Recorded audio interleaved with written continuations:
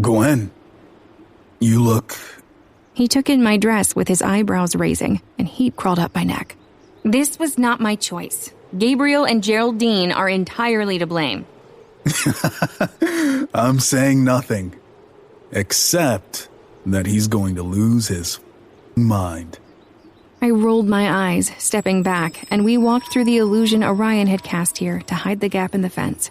And no, he won't give a shit because he's moved on, just like I was supposed to have moved on, which I was definitely working on, and most people were convinced of it anyways, thanks to my newfound ability to stuff my emotions down so deep that they didn't give me away. So I was calling it a win. Darius turned me to face him on the other side of the fence with a dark expression. Since my father has now outlawed Order's socializing, I had to make a last-minute change to our plans.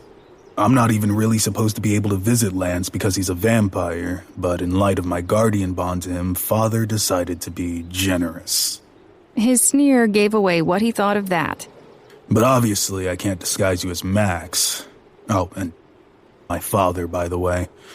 Yeah, with a spiky dildo. So what's the new plan? Well, it's Gabriel's plan, actually. He foresaw this last night and spoke to Dante Oscura. The Storm Dragon's given you permission to use his image to get into Darkmoor. Perfect. Darius stepped forward, and I held still as he carefully disguised me under an illusion spell.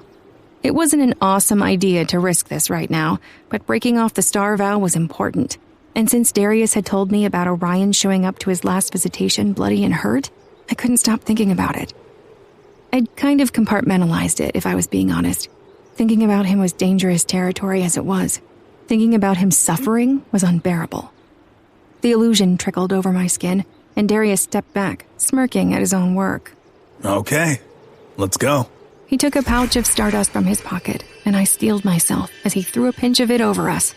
We were whisked away through a tunnel of stars, and my head spun as we were spat out in another part of the world, my feet hitting solid ground.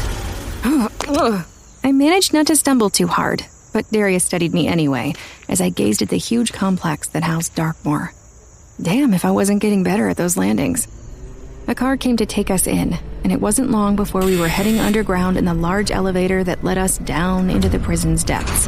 My heart rate wouldn't rest, and I wrung my fingers together as we descended. Are you all right? I'm fine.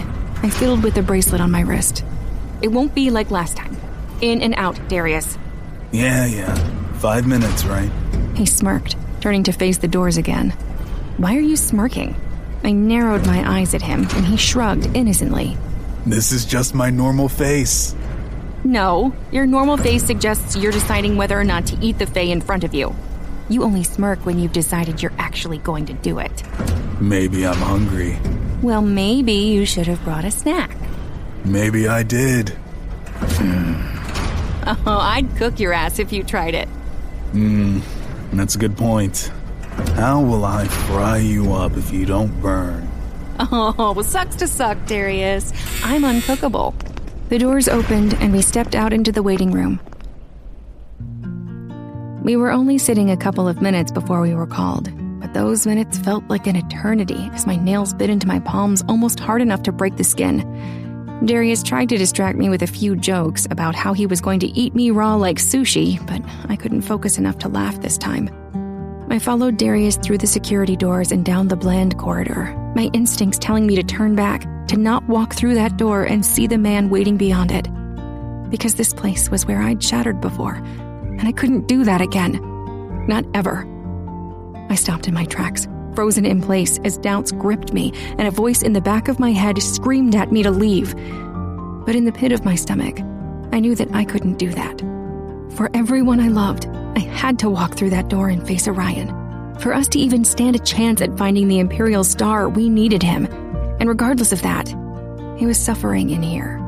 Despite everything that had happened between us, I'd never wanted that for him. I couldn't just leave him here to the wrath of the stars. If I didn't help him, he could end up dead the next time some assholes attacked him. Darius paused by the door, waiting for me with a patient expression. Are you ready? I don't think I'll ever be ready. But let's get it over with. He pushed through the door, and I followed him inside.